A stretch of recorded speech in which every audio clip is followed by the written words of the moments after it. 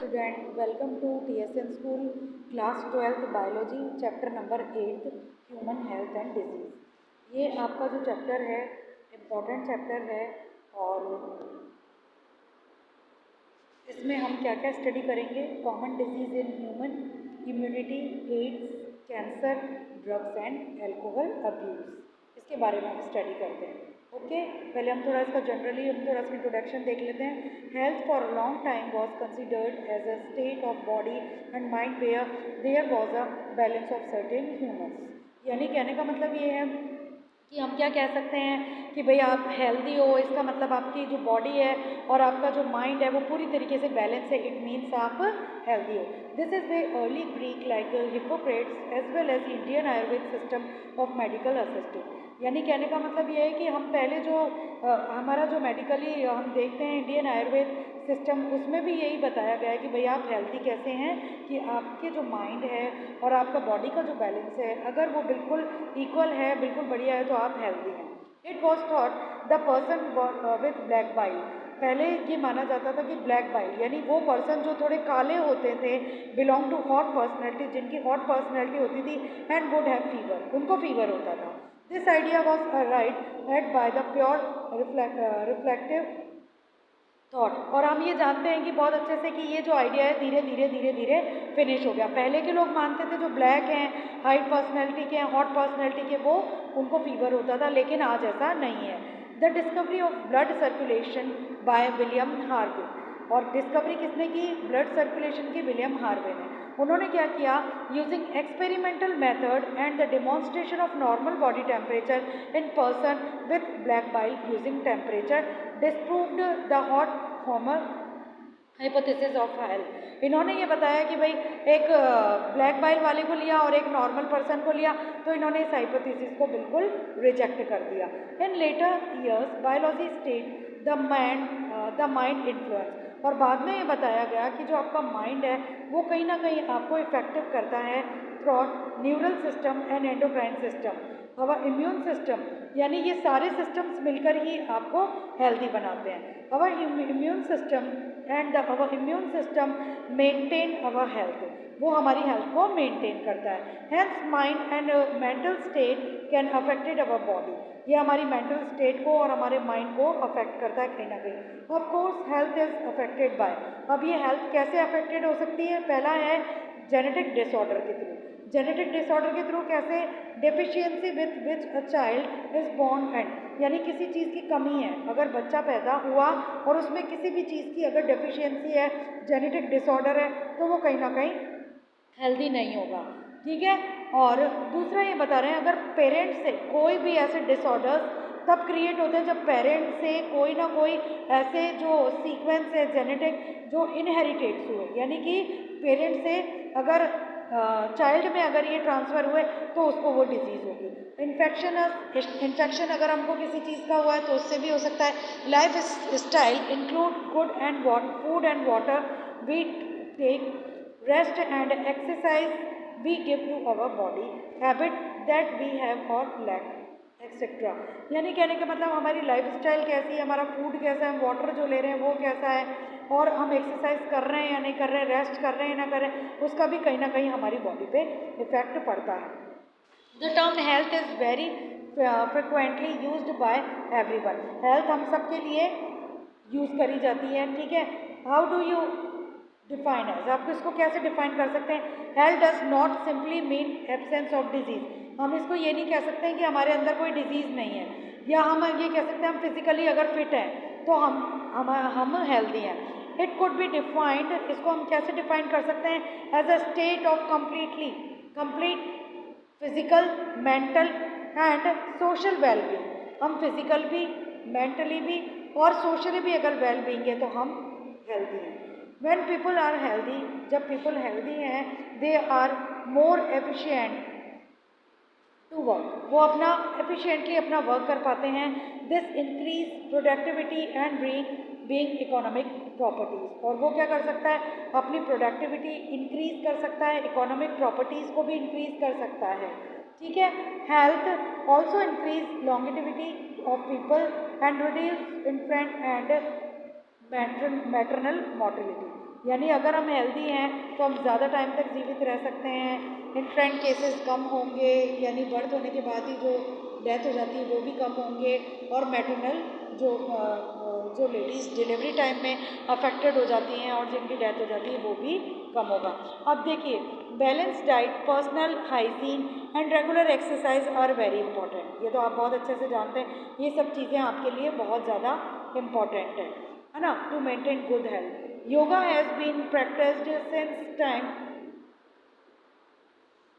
immemorial to achieve physical and mental health। यानी कहने का मतलब अगर आप योगा कंटिन्यू कर रहे हैं तो वो आप फिजिकल और मेंटली आप पूरी तरीके से हेल्दी रहेंगे।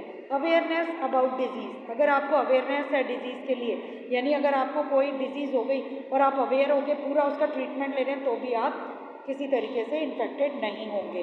Okay, awareness about disease and their effect on different bodily function, vaccination, immunization, जिसको हम कह सकते हैं अगेंस्ट इन्फेक्शन डिजीज़। अगर हमने प्रॉपरली वैक्सीनेशन करवाया है और हम अवेयर हैं, प्रॉपर हम डिस्पोजल कर रहे हैं अपने वेस्ट का, कंट्रोल कर रहे हैं वेक्टर्स को, मेंटेन कर रहे हैं हाइजीन को इन फूड को एंड वाटर रिसोर्सेज को, are necessary for achieving good health, वो ज़रूरी है गुड हेल्थ के लिए।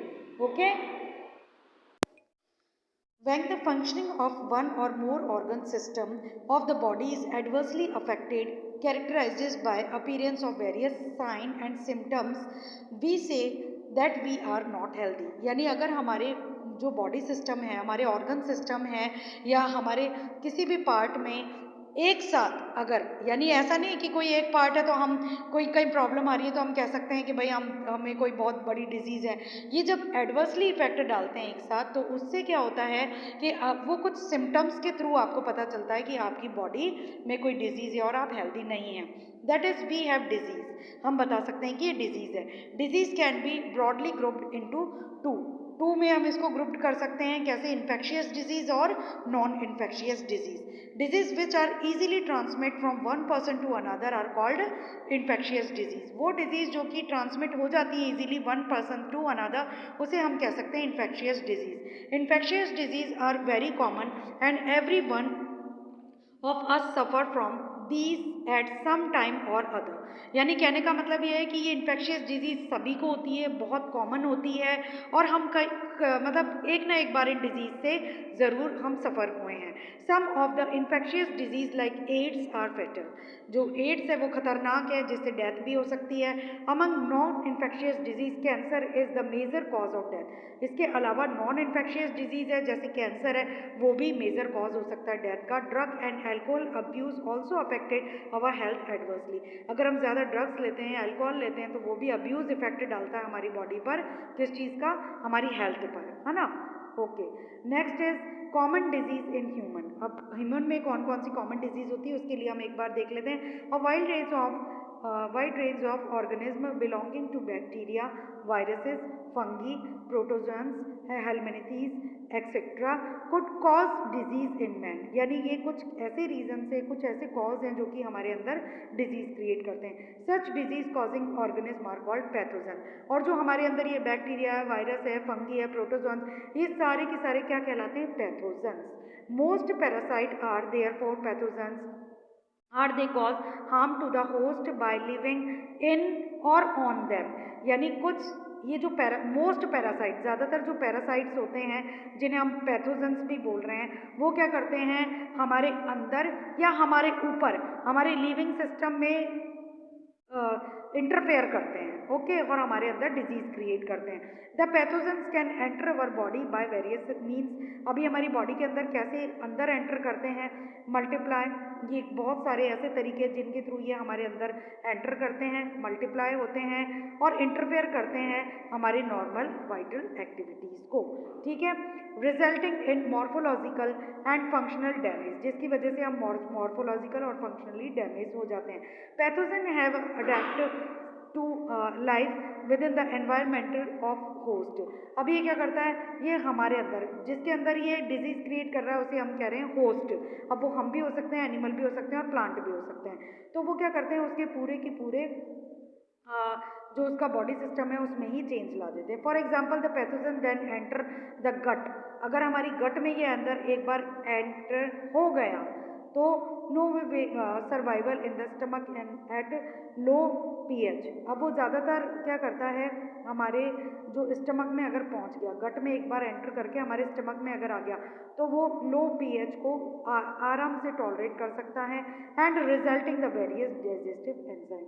और वो क्या करता है, रेजिस्टेंट होता है किस चीज़ के लिए, बहुत सारे डाइजेस्टिव एंजाइम्स के लिए। A few representative members of different group of pathogenic organ are discussed here. अब कुछ पैथोजेनिक मेंबर्स के लिए हम यहाँ पर डिस्कस करते हैं कि भाई वो क्या डिजीज़ क्रिएट कर रहे हैं। Preventive and control measure against the disease, और हम इसमें क्या पढ़ेंगे इस सेक्शन में कि उनको हम कैसे रोक सकते हैं, कैसे कंट्रोल कर सकते हैं।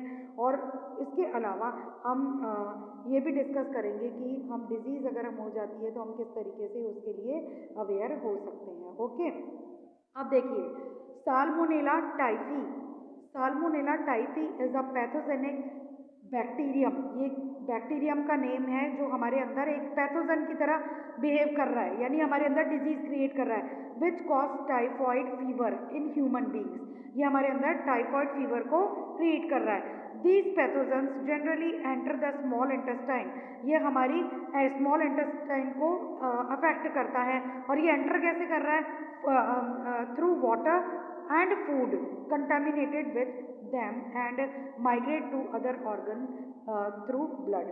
ये क्या कर रहा है, कंटामिनेट फूड हमने ईट कर लिया है, वाटर हमने ड्रिंक कर लिया, उसके बाद ये हमारी स्मॉल इंटेस्टाइन में जाता है और फिर उसके बाद वहाँ पर इनको अफेक्ट करने के बाद ये माइग्रेट होता है ब्लड के थ्रू दूसरे ऑर्गन्स में भी। ओके, सब्सटेंड हाई फीवर, अब इसका क्या होता है कि आपको हाई फीवर होगा, वो कितना हो सकता है 39 डिग्री टू 40 डिग्री सेल्सियस तक हमें फीवर होता है। वीकनेस होती है, स्टमक पेन होता है, कॉन्स्टिपेशन होता है, हेडेक होता है and loss of appetite are some of the common symptoms of this disease. इसके डिजीज के पूरे सिम्टम्स बता दिए। इंटेस्टाइनल परफोरेशन, इंटेस्टाइनल परफोरेशन हो जाता है, यानी इंटेस्टाइन जो होती है अफेक्टेड होती है तो वो अपना पूरा जो वर्क कर पाती है उस तरीके से वो नहीं कर पाती है। एंड डेथ में अकर इन 7 केस, और उसकी वजह से क्या होता है, कई बार ऐसा होता है कि जो पर्सन है उसकी डेथ भी हो जाती है। Typhoid fever could be confirmed by Widal test, Widal test के थ्रू ये कंफर्म हो जाता है, यानी हमें एक टेस्ट कराना पड़ता है अपने ब्लड सैंपल का जिसे हम वाइडल टेस्ट बोलते हैं, उसके थ्रू टाइफाइड जो होता है वो कंफर्म हो जाता है। A classic case in medicine that of Mary Mallon nicknamed typhoid Mary. अब एक ये आया कहाँ से, ये डिजीज़ के बारे में पता कैसे चला, एक मैरी मेलन नाम की एक लेडी थी, वो क्या करती थी, वो कुक थी, प्रोफेशन से कुक थी, और उसके थ्रू ये डिजीज़ कैसे फैली या वो कैसे कैरियर बनी इस डिजीज़ की, उसने क्या किया, जो फूड बनाया वो कंटेमिनेट फूड था और वो जिसने उस फूड को खाया वो सब की सब इस डिजीज़ से इन्फेक्टेड हो गए। ओके, तो इसी के कारण इसका नेम रखा गया टाइफॉइड। इस जो टाइफॉइड मैरी जो थी इसी के लिए, मतलब सबसे पहले इन्होंने ही इसको स्प्रेड किया, कैरियर बनी है तो इसके लिए इस फीवर का या इस डिजीज़ का नेम रखा टाइफॉइड। अब देखिए bacteria like streptococcus pneumoniae and haemophilus influenzae, ये डिजीज़ के नेम है बेटा, ये वायरस बैक्टीरिया के नेम है जो डिजीज़ कर रहे हैं, कौन सी, न्यूमोनिया। न्यूमोनिया हमारे अंदर जो डिजीज़ हो रही है वो किसके थ्रू हो रही है, स्टेप्टोकोकस न्यूमोनाई और Haemophilus influenza in human which infect the alveoli, वो हमारी एल्वोलाई को इन्फेक्ट करता है। एल्वोलाई क्या है, लीवर या लंग्स में प्रेजेंट एयर फिल्ड सैक्स, उसको जाकर ये इन्फेक्ट कर देता है। As a result of infection the alveoli gets filled with fluid, उससे क्या होता है, ये जो एल्वोलाइड है वो एक फ्लूइड से भर जाता है, फिल्ड हो जाता है और सब सेवर प्रॉब्लम जो होती हैं रेस्पिरेशन से रिलेटेड वो क्रिएट होती हैं। The symptoms of pneumonia include fever, chills, cough and headache, ये इसके सिम्टम्स बता दिए। In severe cases the lips and finger nails, lips और फिंगर नेल्स जो होते हैं वो ग्रे और ब्लूइश कलर के हो जाते हैं। A healthy person acquire the infection by inhaling the droplet. अब जिसको ये डिजीज़ हुई है, अगर उसके पास उसके आसपास आप हैं तो जो उसके छींकने से या खांसने से जो ड्रॉपलेट्स निकल रही हैं, या उसके कोई भी आप उसका जो इक्विपमेंट जो यूज़ कर रहा है उसको अगर आपने यूज़ करा तो ये ड्रॉपलेट्स आपके अंदर भी किसी ना किसी तरीके से अंदर आपके अंदर चली जाएंगी, ठीक है। और उससे क्या होगा कि अगर हम शेयर कर रहे हैं, उसका ग्लास भी हमने शेयर कर दिया, उसके यूटेंसिल्स हमने शेयर कर दिए इन्फेक्टेड पर्सन के, तो उससे हमें भी ये डिजीज़ हो जाएगी। Dysentery, plague, diphtheria extra are some of the other bacterial disease in man. ये एग्जाम्पल्स हैं बैक्टीरियल डिजीज के। उसके बाद आता है वायरस डिजीज। वायरस डिजीज में देखते हैं हम many virus also cause disease in human being. Rhino virus represent one such group of viruses. Rhino viruses एक ग्रुप है वायरसेस का जो हमारे अंदर डिजीज क्रिएट कर रहा है, ओके।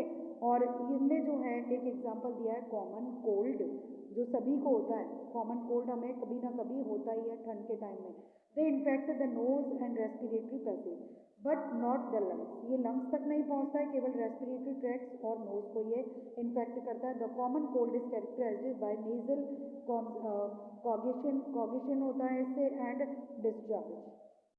सोर थ्रॉट और सेंस, कफ, हेडेक, ये सारे इसके सिम्टम्स बताएं, okay. Which is usually last for 3 to 7 days। ये या जब ज़्यादातर कब तक रहता है 3 to 7 days तक, उसके बाद ये अपने आप ठीक हो जाता है। Droplets resulting from cough and sneeze of an infected person are either inhaled directly or transmitted through contaminated objects such as pen, book, cups, ठीक है, door knob, computer keyboard, mouse. यानी या तो ये डायरेक्ट हम इन्फेक्टेड हो रहे हैं, कैसे किसी के कोई आपके पास इन्फेक्टेड पर्सन है, वो स्नीज कर रहा है या कफ कर रहा है, तो उसके थ्रू या तो डायरेक्ट हम इनहेल कर रहे हैं तो ये हमारे अंदर जा रहे हैं, या फिर उसके ऑब्जेक्ट को हमने टच कर लिया, जैसे पेन है, बुक है, कप है, और ये जितने भी एग्जाम्पल दिए हैं, तो क्या होता है ये हमारे अंदर इन्फेक्शन क्रिएट करता है। Some of the human disease are caused by protozoans. कुछ ऐसी डिजीज होती है जो प्रोटोजोन्स के थ्रू होती है। You might have heard malaria, आपने सुना होगा मलेरिया के बारे में। A disease man has been fighted since many years, जिसके लिए हम बहुत टाइम से लड़ते आ रहे हैं। Plasmodium a tiny protozoan, it is responsible for this disease.